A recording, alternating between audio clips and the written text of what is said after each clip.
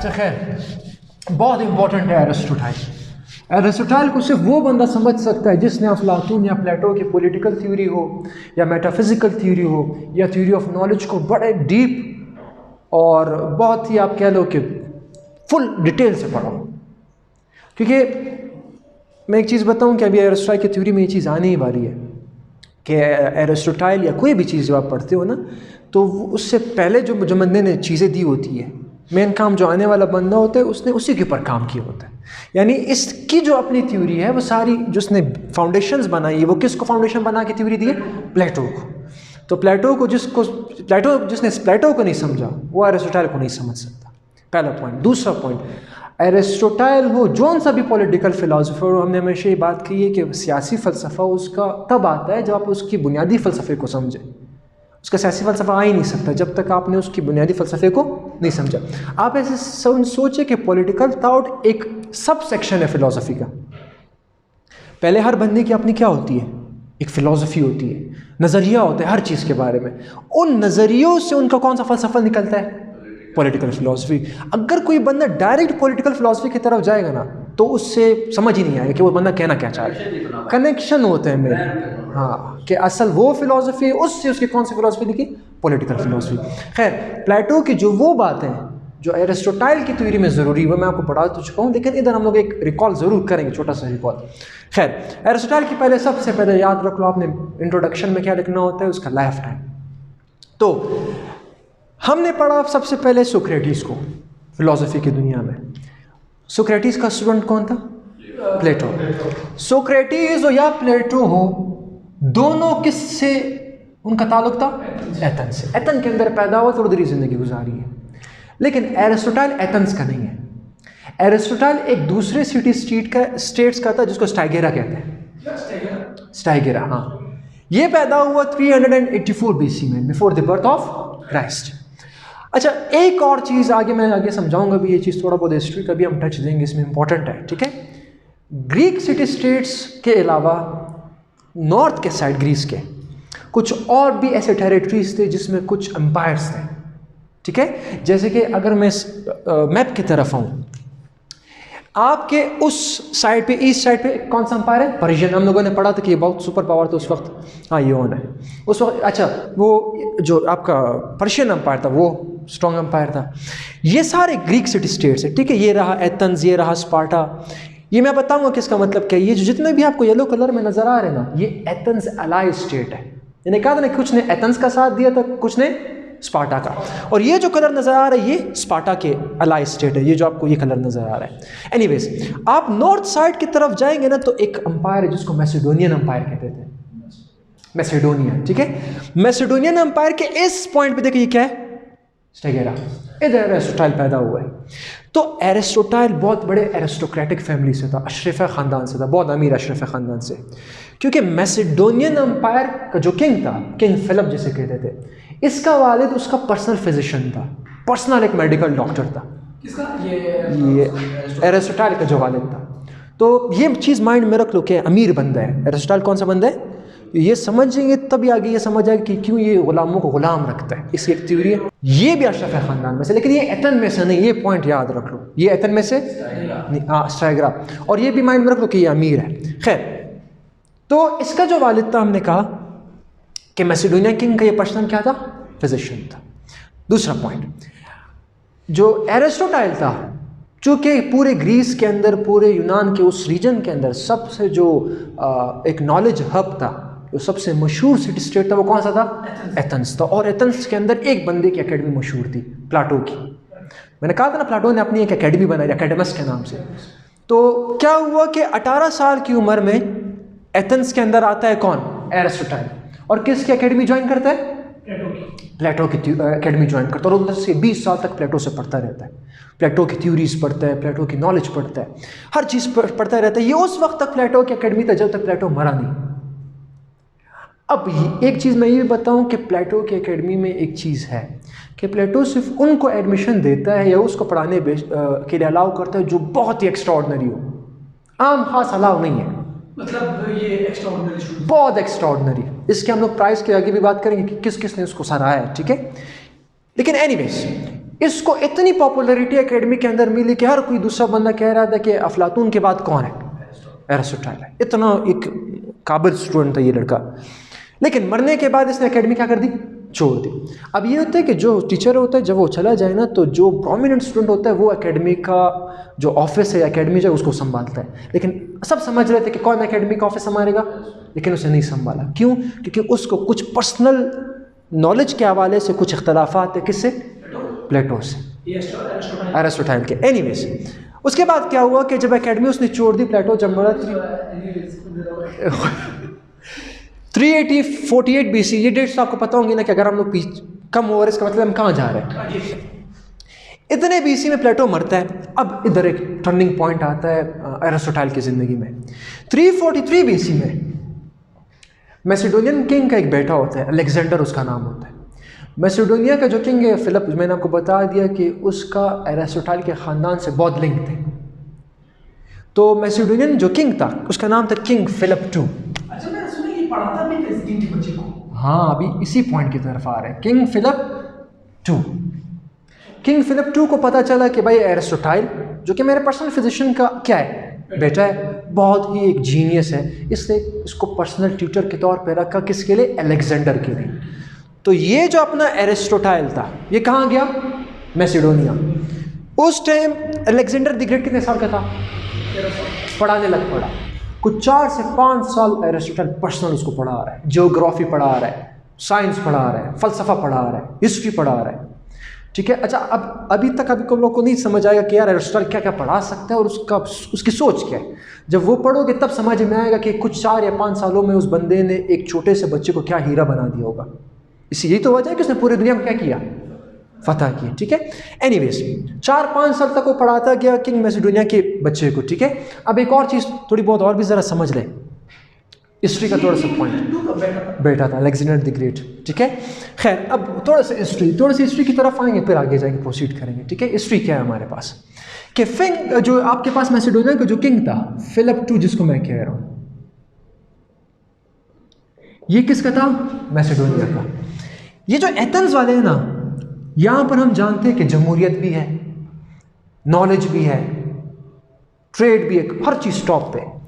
ये एथेंस वाले मैसिडोनिया को बहुत कम समझते थे, क्योंकि जो मैसिडोनियन का जो सिटी स्टेट है ये भी ज़्यादा एरिया किसका था? माउंटेनियस एरिया था, छोटे छोटे विलेज में लोग रहते। हाँ, ये कहते थे कि यार तुम लोग कुछ भी नहीं हो, क्योंकि ना तुम लोग फ़लसफ़ा पढ़ते हो, ना तुम्हें किसी चीज़ का इल्म है, तो बहुत क्या समझते थे? नीचे समझते थे।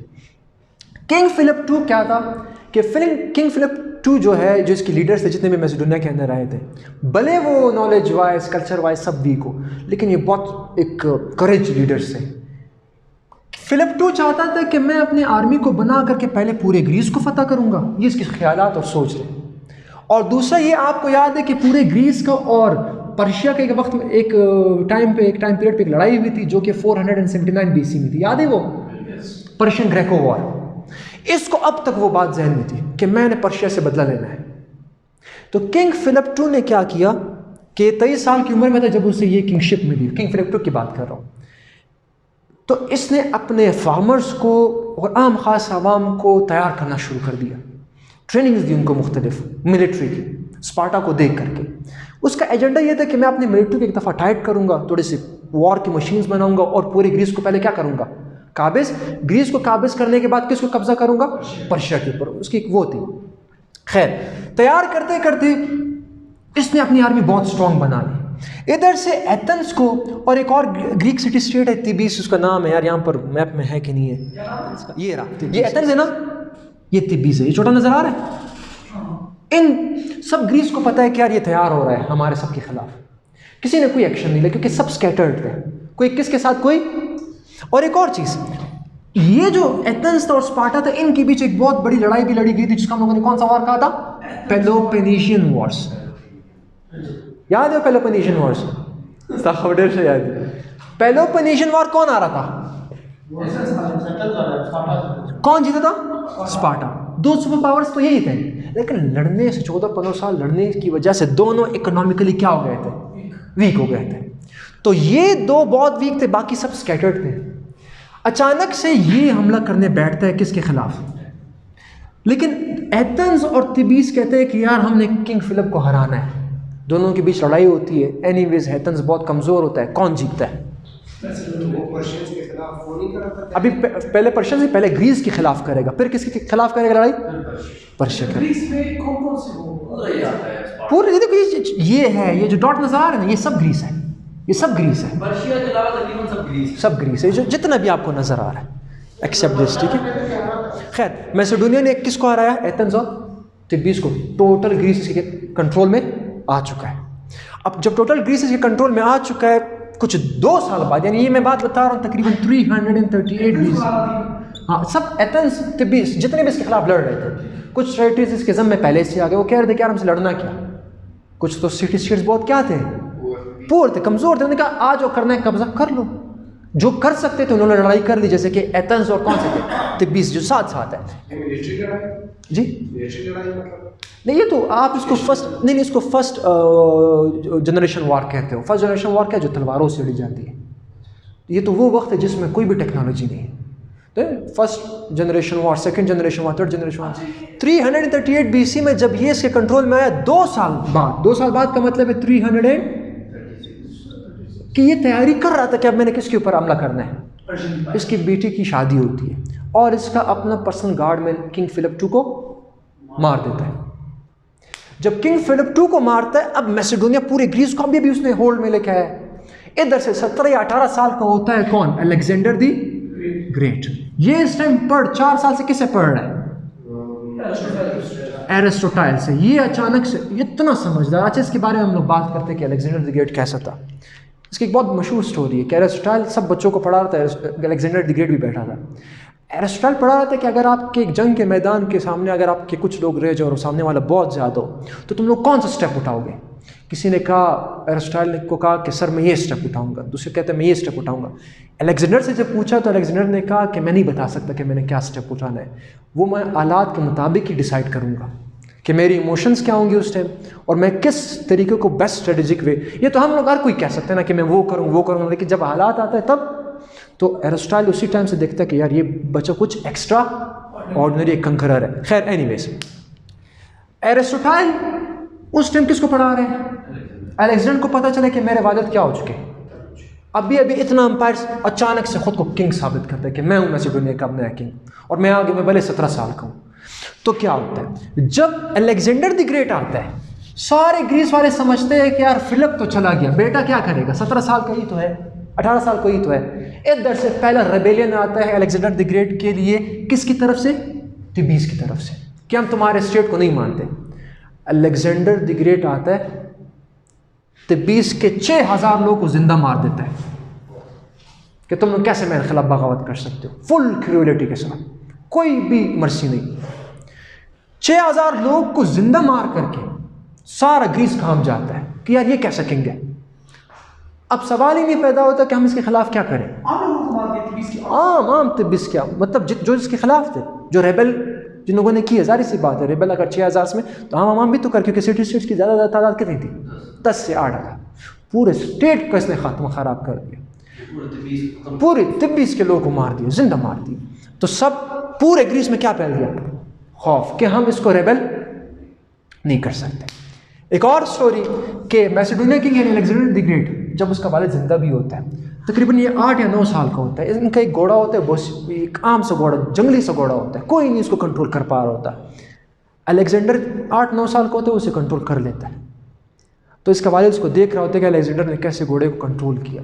तो उसी टाइम इसका वालिद किंग फिलिप II उसको बोलता है, कहता है कि ये जो मैसेडोनिया का स्टेट है ना तुम्हारे लिए अलेक्जेंडर, ये बहुत कम है, तुम्हारे लिए मैसेडोनिया से बड़ी टेरिटरी चाहिए, क्योंकि तुम ऐसे मुझे एक रूलर लग रहे हो। तो अचानक से अलेक्जेंडर द ग्रेट को वादा याद होता है, किसका वादा? वालिद का, कि उसने किसका बदला लेना है? पर्शिया पे हमला बोल देते हैं। पर्शिया पे एक जंग यहाँ होती है, उस टाइम पर्शियन किंग का दारियस III किंग होता है, जो कि मैं शॉर्ट लेके चल रहा हूँ, डिटेल तो बहुत ज़्यादा। दारियस III किंग का नाम होता है दारियस।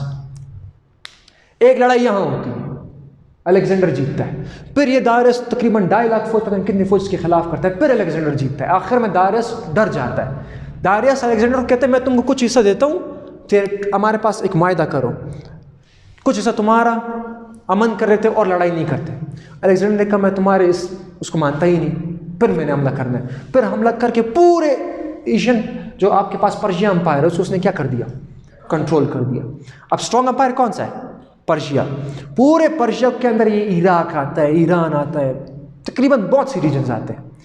उसके बाद इंडिया की तरफ आया, करता गया, ये बहुत 10 या 12 साल तक ये लड़ाई लगातार जीतता रहा। अच्छा, फिर उसके बाद जो इसका ये घोड़ा होता है ना जिसको ये संभालता है, ये उसी पे ग्रीस से यहाँ से उसी घोड़े में यहाँ तक आता है। उस घोड़े का नाम उसने बुसीफिलस रखा होता है, जिसको उसने क्या कर दिया होता है, कंट्रोल। अचानक वो घोड़ा पाकिस्तान में जो झीलम रिवर है ना, झेलम के साथ उधर जाके मर जाता है। उसी शहर को अपने घोड़े के नाम पे रखता है, अलेक्जेंडर द ग्रेट। एनीवेज, ये और भी आगे जाना चाहता है, हिंदुस्तान को भी कंकर करना चाहता है, लेकिन इसकी अफवाज 10 साल से लड़ रही होती है। आखिर में क्या हो जाता है, फौज के लिए तक जाता है, कहता है मैंने वापस आना है, अपनी अब जितना मैंने अंपायर बनाया उसको मैंने एक टाइट ग्रिप से कंट्रोल करना है।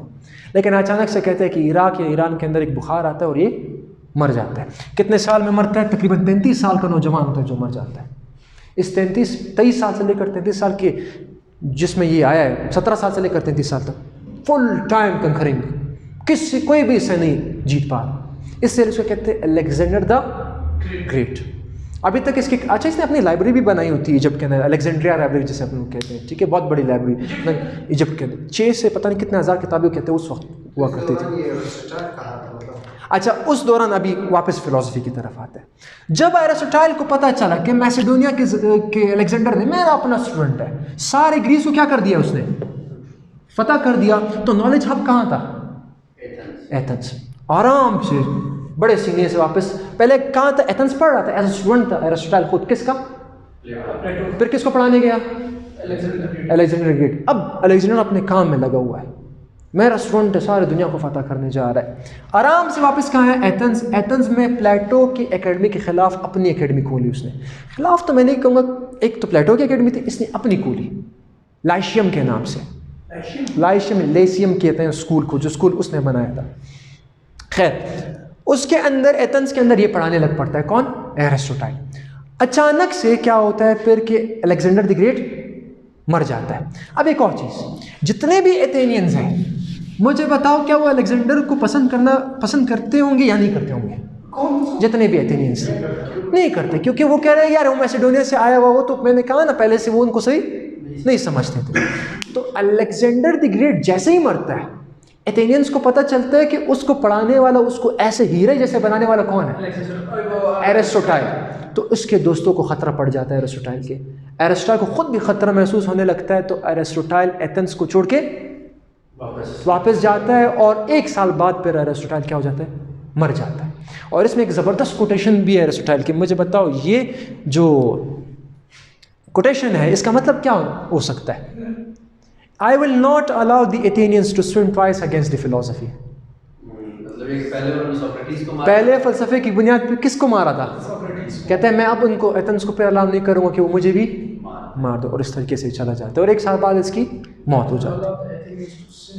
यहाँ तक क्लियर है। हिस्ट्री के एक बेसिक मैंने आप लोगों को बताया अलेक्जेंडर द ग्रेट की स्टोरी, ठीक है। द ग्रेट क्यों कहते हैं? क्योंकि पूरे कम वक्त में उसने बहुत ज़्यादा टेरिटरीज क्या कर दी होती है। अच्छा, इसमें एक और चीज़ अच्छा इसको पता है कि इसने एक पर्शियन लड़की से शादी भी की थी, ईरान आके एक पर्शियन लड़की से शादी की थी अलेक्जेंडर, और बाकायदा पर्शियन कल्चर को उसने अपनाया था। और जैसे फ़लसफ़े के एक और वो भी निकलता है, फिर पता नहीं क्या कहते हैं उसको, कि कल्चर्स एक्सचेंज करना है, कल्चर्स एक का सही समझना दूसरे को गलत समझना गलत है। सब कल्चर्स क्या हैं, अच्छे, और वो खुद पर्शियन कल्चर्स को अपना रहा था अलेक्जेंडर द ग्रेट, ठीक है। एनीवेज आगे जाते हैं। अब एरिस्टोटल की तो हिस्ट्री तो हो गई हमारे पास। हिस्ट्री में कोई कंफ्यूजन है?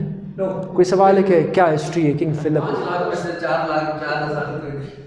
तो इस जुमले का बड़ा सिंपल मतलब, अच्छा ये एक इंटरेस्टिंग ज़बरदस्त सवाल है, इंटरेस्टिंग सवाल। अलेक्जेंडर हमारा अंपायर कहाँ गया? अंपायर फिर 3 लोगों के आपस में लड़ाई हुई। टोलेमी नाम था एक का नाम एनेक्सोगोनस नाम था। तो कुछ ग्रीक का हिस्सा एनेक्सोगोनस का था, इजिप्ट वाले हिस्सा टोलेमी का था, एक छोटा सा हिस्सा जो एनातोलिया साइड का है वो एक और बंदे को दिया था। तो इन तीनों के अंपायर 3 बंदों में डिवाइड हुआ था अलेक्जेंडर का अंपायर।